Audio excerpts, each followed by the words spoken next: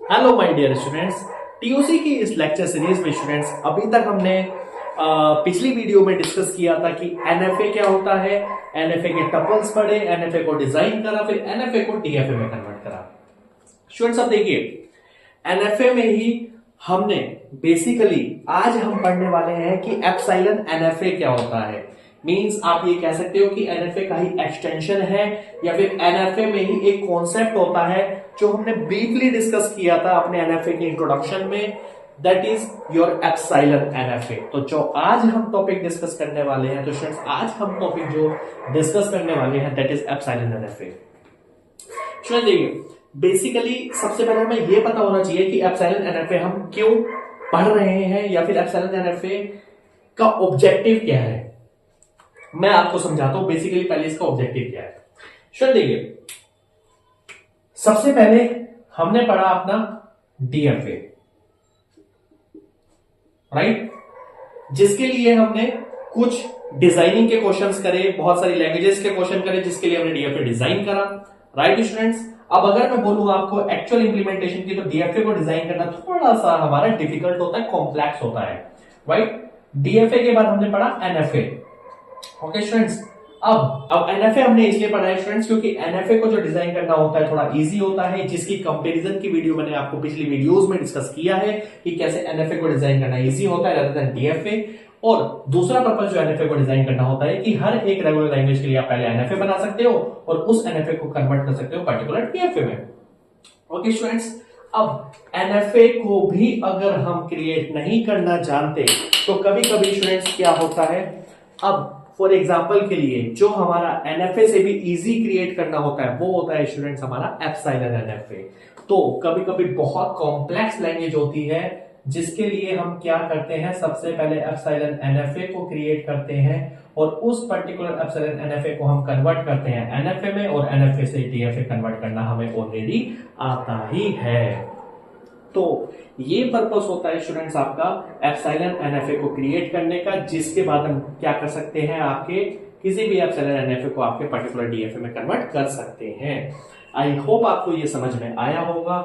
अब समझते हैं बेसिकली स्टूडेंट्स एप्सिलॉन एनएफए होता क्या है।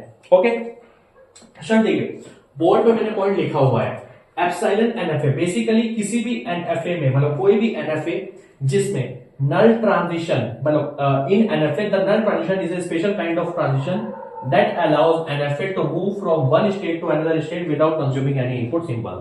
इस लाइन का मतलब क्या है स्टूडेंट्स कि हम NFA में किसी भी पर्टिकुलर एप्सिलॉन एनएफए में क्या होता है, किसी भी पर्टिकुलर स्टेट पे, किसी भी पर्टिकुलर स्टेट पे अगर हमें पहुंचना है किसी पर्टिकुलर स्टेट से, तो हम एप्सिलॉन मतलब नल मूव का यूज करके बिना किसी इनपुट सिंबल, अगर मेरे पास इनपुट सिंबल दो है दैट इज ए और बी, तो इनमें से बिना किसी भी इनपुट सिंबल का यूज करे मैं नल मूव का यूज करके, नल ट्रांजिशन का परफॉर्म करके अपनी नेक्स्ट स्टेट पे पहुंच सकता हूं बिना किसी इनपुट सिंबल को यूज करके। ये होता है आपका एप्सिलॉन एनएफए, जिसको डिजाइन करना बहुत ही इजी होता है स्टूडेंट्स। आई होप ये इस लाइन का डेफिनेशन का मतलब आपको समझ में आया होगा कि एप्सिलॉन एनएफए होता क्या है।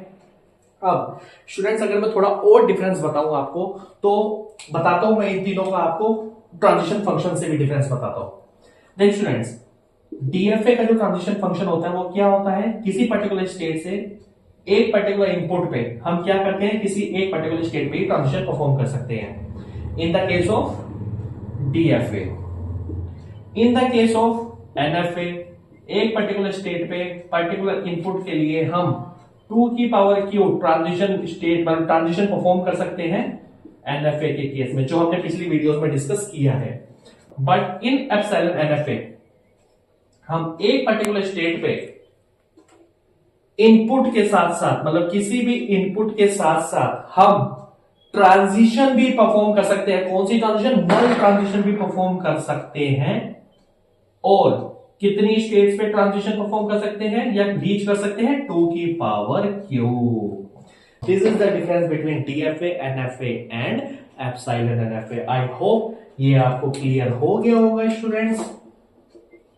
This is your epsilon NFA transition कि हम पर्टिकुलर स्टेट में एक इनपुट के लिए, और अगर हम चाहें तो फ्री में भी, फ्री का मतलब है नल ट्रांजिशन परफॉर्म करके भी नेक्स्ट स्टेट पे पहुंच सकते हैं। ये होता है आपका एप्सिलॉन एनएफए। तो स्टूडेंट्स बेसिकली आपको ये समझ में आया होगा कि एप्सिलॉन एनएफए क्या होता है, क्या पर्पस होता है और क्या डिफरेंसेस होता है इसका बाकी डीएफए और एनएफए से। अब अगर मैं थोड़ा सा और आपको डिफरेंस बताऊं कि अगर मैं आपको थोड़ा और बताऊं कि एनएफए को क्रिएट करना कैसे इजी होता है, तो स्टूडेंट चलो समझते हैं एक क्वेश्चन से कि कैसे एनएफए को डिजाइन करना इजी होता है। अभी देखते हैं। चलिए स्टूडेंट्स अब समझते हैं कि बेसिकली एप्सिलॉन एनएफए कैसे इजी होता है डीएफए से डिजाइन करना। मैंने एक कॉम्प्लेक्स सी लैंग्वेज ली है। सबसे पहले आप क्वेश्चन को देखिए, लैंग्वेज को देखिए, ए की पावर एन, बी की power M, N M greater than equal to 0। Okay students, अब सबसे पहले क्या ये लैंग्वेज रेगुलर है? क्योंकि रेगुलर होगी तभी डीएफए पॉसिबल है, तभी एनएफए पॉसिबल है, तभी एप्सिलॉन एनएफए पॉसिबल है। अब अगर स्टूडेंट्स मैं इस पर्टिकुलर लैंग्वेज के लिए डीएफए बना देता हूं तो ये लैंग्वेज क्या है हमारे पास? रेगुलर है, एज सिंपल एज दैट। तो चलिए पहले डीएफए इसके लिए डिजाइन करके देखते हैं एक बार। देखिए स्टूडेंट्स, फॉर एग्जांपल हमारे पास लैंग्वेज क्या है? ए की पावर एन, बी की power N, N M greater than equal to 0। अब स्टूडेंट देखिए, अगर स्मॉलेस्ट पॉसिबल स्ट्रिंग देखूं मैं, ए की वैल्यू 2, मतलब ए या बी कोई भी स्ट्रिंग ले लो आप। आपने क्या करा? सबसे पहले ए की पावर एन है तो ए कितने मर्जी आ सकते हैं, तो ए जितने मर्जी आए, आपने क्या करा? सेल्फ लूप लगा दिया क्यू नोट पे। ओके स्टूडेंट्स, अब m greater than equal to 0, अगर m की वैल्यू 0 है तो ये क्या हो जाएगा? नल हो जाएगा। तो b क्या हो जाएंगे? नल हो जाएंगे हमारे।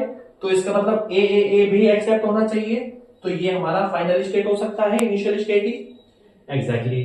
अब स्टूडेंट्स फॉर एग्जांपल ए आया और मैं इस ए के साथ ही बी लगा दूं, यहां पर कोमा बी लगा दूं, क्या ये एक्सेप्ट होना चाहिए? नहीं हो सकता स्टूडेंट्स, क्योंकि ए आया उसके बाद बी आना चाहिए। बट इस केस में अगर आपने ए कोमा बी इनिशियल स्टेट पे ही कर दिया तो स्टूडेंट्स पहले बी भी आ सकता है और पहले ए भी आ सकता है, और पहले बी आया तो ये अकॉर्डिंग टू द लैंग्वेज पहले ए आना चाहिए फिर बी आना चाहिए। तो ये एक्सेप्ट नहीं होना चाहिए, इसलिए हम बी के लिए सेल्फ लूप तो नहीं लगा सकते।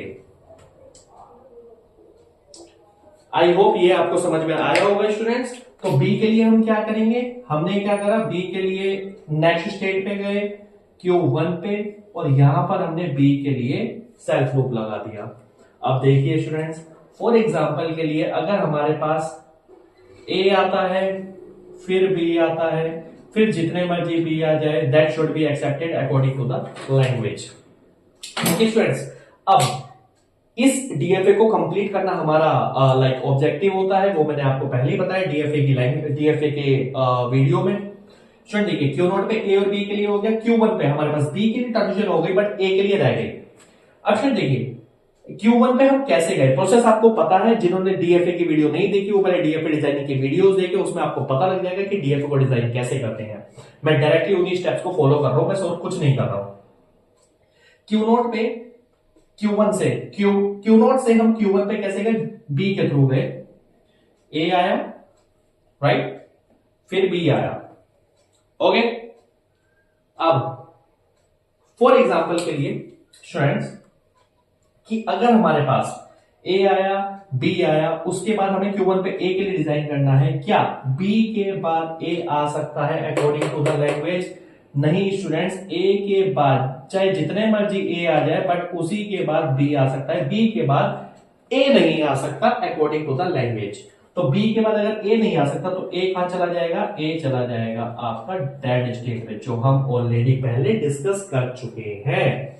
अब क्यू नोट पे ए बी के लिए हो गया, Q1 पे ए बी के लिए हो गया, QD पे भी आप, अब आपके पास कितनी स्टेट्स है? 1 2 3 स्टेट्स है स्टूडेंट। तो QD है फाइनल डेड स्टेट, तो डेड स्टेट को भी आप अपनी कंप्लीट कर लीजिए, बट डेड स्टेट से हम एक्सेप्टिंग स्टेट पे आ नहीं सकते। तो बेसिकली अगर डेड स्टेट से फाइनल स्टेट पर नहीं आ सकते तो हम क्या करेंगे? QD पे ही AB का सेल्फ लूप लगा देंगे। पहले ही हमने डीएफए की वीडियो में हमने समझा है सब कुछ। अब स्टूडेंट देखिए, ये इस पर्टिकुलर लैंग्वेज के लिए जो डीएफए मशीन हुई वो आपकी क्या हुई? ये हो गई आपकी पूरी की पूरी डीएफए मशीन, जिसमें 2 फाइनल स्टेट होगी, जिसमें नंबर ऑफ ए आए फिर बी, फिर नंबर ऑफ बी आए, जितने मर्जी आए कोई दिक्कत नहीं है हमें, और जैसे ये आएगा वो हमारे डेड शेड पे चला जाएगा। ये बन गया आपका डीएफए इस पर्टिकुलर लैंग्वेज में, जो थोड़ा बहुत कॉम्प्लेक्स होगा उन बच्चों के लिए जिनको डीएफए अच्छे से नहीं आता। ओके स्टूडेंट्स, तो हमने इस लैंग्वेज के लिए डीएफए डिजाइन किया। अब मैं दिखाता हूं इस लैंग्वेज के लिए अगर मुझे एप्सिलॉन एनएफए बनाना है तो कितना आसान होगा। स्टूडेंट देखिए, अब समझते हैं कि एप्सिलॉन एनएफए को इस पर्टिकुलर लैंग्वेज के लिए बनाना, जो अभी हमने डीएफए बनाई है जिसके लिए, उसी के लिए एप्सिलॉन एनएफए बनाना कितना आसान है। सिंपली अगर मैं लैंग्वेज को समझूं तो अगेन अभी जस्ट हमने डिस्कस किया है कि number of A can be anything, number of B should follow number of A's. Okay, कि नंबर ऑफ ए के बाद बी आना चाहिए। ओके स्टूडेंट, तो एप्सिलॉन एनएफए अगर हम बनाए तो इसमें नल ट्रांजिशन अलाउड होती है। सिंपली नंबर ऑफ ए जितने मर्जी आए, हमने सेल्फ लूप लगाया। बी के लिए अब हमें बी अगर अपना पैटर्न याद रखना है तो हमने क्या करा, नल ट्रांजिशन परफॉर्म करा, स्टेट चेंज कर दी, Q1 पे गए, जितने भी बी आ जाए वो एक्सेप्ट हो जाए। सिंपली ए की पावर एन बी की पावर एम के लिए हमारे पास हो गया एप्सिलॉन एनएफए। अब स्टूडेंट्स आप खुद देखिए कि डीएफए और एप्सिलॉन एनएफए बनाना इस पर्टिकुलर लैंग्वेज के लिए डीएफए कितना डिफिकल्ट था, थोड़ा सा कॉम्प्लेक्स था, और एप्सिलॉन एनएफए बनाना कितना आसान है।